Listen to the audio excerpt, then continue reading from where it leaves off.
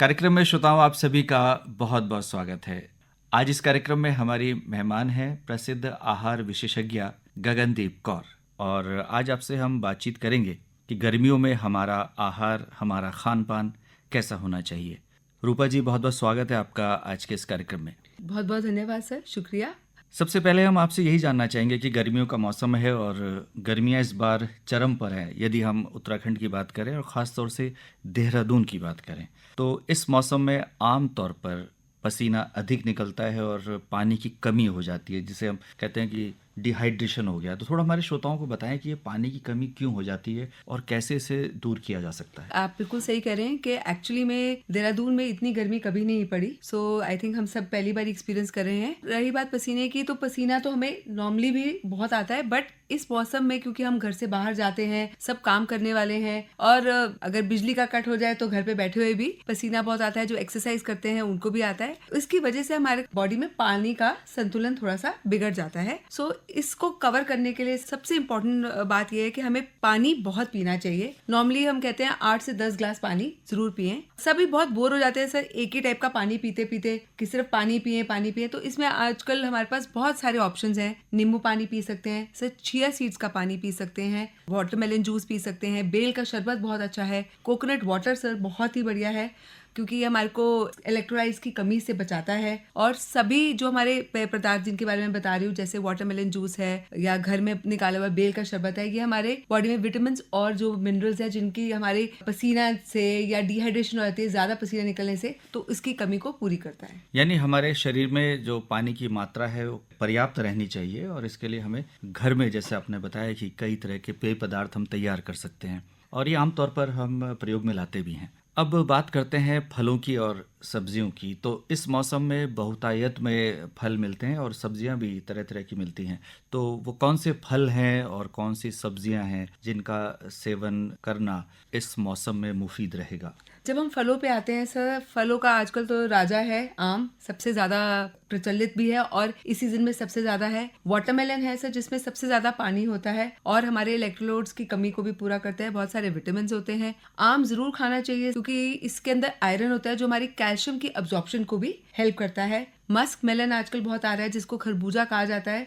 इसमें भी बहुत सारा न्यूट्रिएंट्स होते हैं जो हमारे को वेट लॉस में भी हेल्प करता है और हमारे अंदर जो पानी की कमी है या मिनरल्स की या विटामिन की कमी है उसको पूरा करता है। तो जामुन भी खाया जा सकता है, जामुन बहुत अच्छा है। आड़ू है, जो भी हमारे सीजन का फल है एक्चुअली वो हमारे को उस टाइम जो जिस सीजन में फल है वही खाना चाहिए। आजकल बहुत सारा टेक्नोलॉजी चेंज हो गई है कि हमें दूसरे मौसम के भी फल इस मौसम में मिलते हैं, बट एक्चुअली हमें वो उनका सेवन नहीं करना चाहिए बिकॉज वो कोल्ड स्टोरेज में होते हैं। तो आप सोचिए कि उसके अंदर से कितने न्यूट्रिएंट्स डिवॉइड हो जाते हैं जब तक वो हमारे पास आते हैं। तो इसलिए जो भी अनानास सर लीजिए, पाइनएप्पल बहुत ही ज्यादा अच्छा है हमारी गर्मियों के लिहाज से। जी, अब सब्जियों की बात करते हैं। इस समय हरी सब्जियां भी दिखाई दे रही हैं। जो हरी सब्जियां हैं जो हल्की हैं, डाइजेशन में हमारे को हेल्प करती हैं। इस मौसम में इतनी गर्मी है, हमसे भारी खाना खाया ही नहीं जा सकता, हमारे डाइजेशन पचा नहीं पाएगा। तो इसलिए हमें ऐसी सब्जियां जिनको हम खा के पाचन हमारे इजी हो जाए, इजीली डाइजेस्ट हो जाए, वही खाना खाना चाहिए और ताज़ा बना के खाना चाहिए सर। फर्स्ट कुक फूड जिसको कहते हैं। आजकल लोग अपना काम इजी करने के लिए सुबह सारा खाना बना के रख देते हैं फ्रिज में और दिन भर उसको गर्म करते हैं।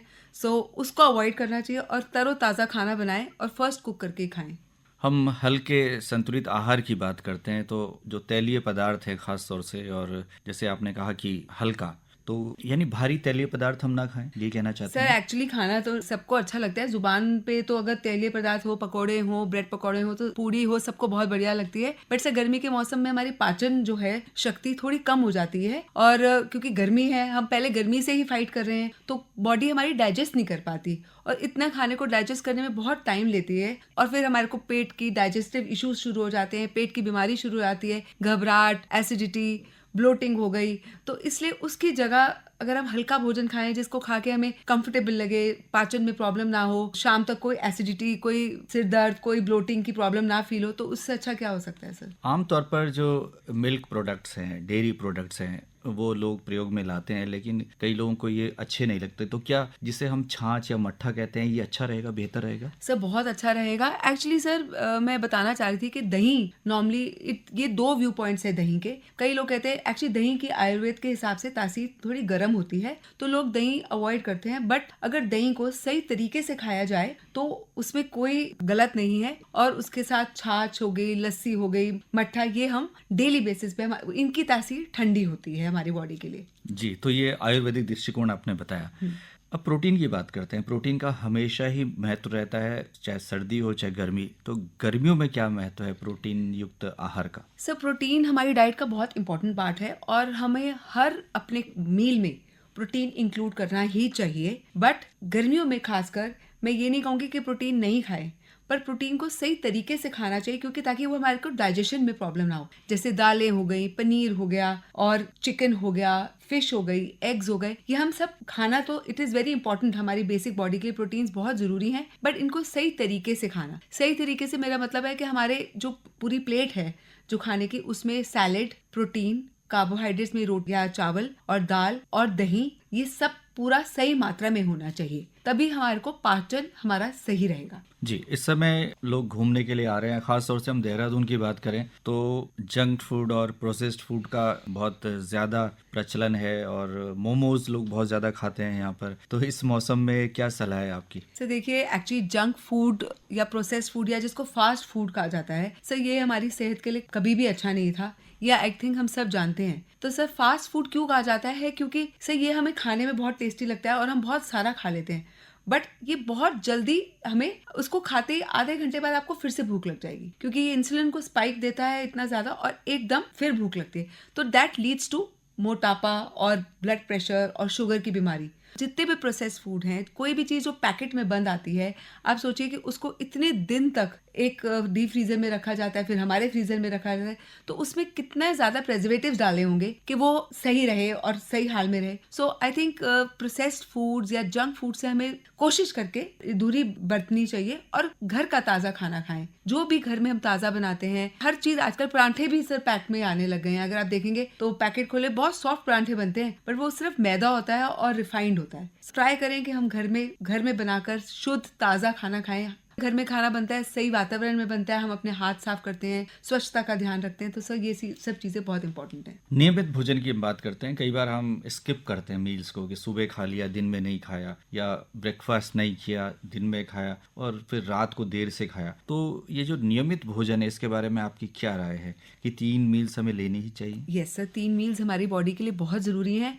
और जैसे हमने पहले आपसे आयुर्वेदा की बात की, तो आयुर्वेदा के हिसाब से जो हमारा लंच टाइम है, जो हमारा दोपहर का खाना है, वो सबसे ज़्यादा हैवी होना चाहिए, क्योंकि हमारी पाचन शक्ति जो है वो सबसे परम सीमा पे होती है, सबसे हाइट पे होती है। सो वो जो हमारा खाना है, हमारा लंच का जो खाना है, वो एक तो नियमित टाइम सेट कर लीजिए अपने खाने का, कि आप ब्रेकफास्ट 8:30 से 9 बजे के बीच में कर रहे हैं, लंच 1 से 2 बजे के बीच में कर रहे हैं, और शाम का खाना जब हमारी डाइजेस्टिव अग्नि बहुत लो पे होती है, हमारा डाइजेशन बहुत वीक होता है, तो वो वाला खाना सबसे लाइट होना चाहिए। नमक और चीनी के संतुलन की बात की जाती है, इससे एक आम श्रोता क्या समझे, आप क्या बताना चाहेंगी? सर नमक और चीनी दोनों का संतुलन हमारी बॉडी में बहुत ज़रूरी है। सोडियम वगैरह की कमी हो जाती है, अगर नमक की कमी हो जाएगी तो भी प्रॉब्लम है, चीनी ज़्यादा हो जाएगी तो भी दिक्कत है। तो इसका एक संतुलन बना के ही चलना चाहिए। जिनको हाइपरटेंशन की प्रॉब्लम है या शुगर की प्रॉब्लम है, so as advise by their doctors, उनको अपना संतुलन बना के रखना चाहिए। जिनको सर बीपी की इश्यूज हैं तो उनको नमक कम लेना चाहिए, और जिनको सर शुगर की इशू है तो उनको अपना मीठा अवॉइड करना चाहिए। बट सर इन सबके बावजूद, नमक और चीनी के संतुलन के बावजूद, पूरे खाने का संतुलन करना बहुत ज़रूरी है। और सर एक्सरसाइज करने पे तो मैं बहुत ज़्यादा एम्फेसिस देती हूँ कि कम से कम 30 मिनट्स ऑफ एक्सरसाइज हर एक को करनी चाहिए। जब हम खान पान की बात कर रहे हैं तो हम जीवन शैली की बात भी करेंगे। ध्यान और योग का अपना अलग महत्व रहा है और इस तरफ लोगों का रुझान भी बढ़ा है, आप क्या कहेंगी?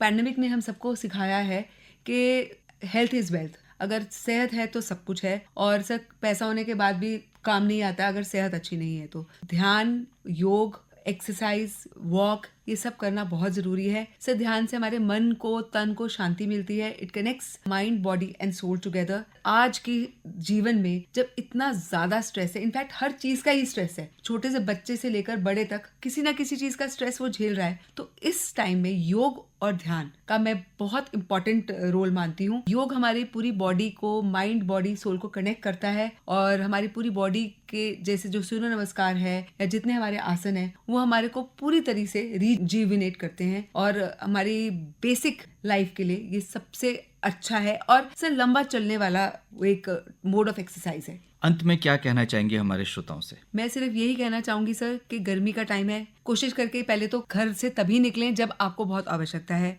नहीं तो निकलें तो अपने घर से पानी की बोतल अपने साथ रखिए। प्लास्टिक की बोतल को अवॉइड कीजिए क्योंकि उसके अंदर से ऐसे केमिकल्स निकलते हैं जो आपके पानी को और खराब कर देते हैं। सो कांच की बोतल या कॉपर की बोतल का आप प्रयोग कीजिए और एक फल अपने साथ जरूर कैरी कीजिए क्योंकि कई बार बहुत गर्मी में डिहाइड्रेशन हो जाती है या हमें थकान महसूस होती है, तो आप अपना वो फल घर से जो लेके आए वो खाएं ताकि हमें बाहर के खाने का अट्रैक्शन थोड़ा कम हो। और मॉर्निंग वॉक पे मैं जरूर जोर दूंगी कि सुबह का टाइम जब इतनी गर्मी भी नहीं होती, मौसम बहुत अच्छा होता है, तो देहरादून चाहे गर्मी का मौसम है, बहुत तेज टेम्परेचर चल रहा है, पर early mornings are the best. जरूर जाइए और नेचर के साथ जरूर कनेक्टेड रहिए। गगनदीप कौर जी, आज आप इस कार्यक्रम में आई और आपने हमारे श्रोताओं के साथ गर्मियों में खान पान विषय पर बहुत ही महत्वपूर्ण जानकारी साझा की। आपका बहुत बहुत आभार, धन्यवाद।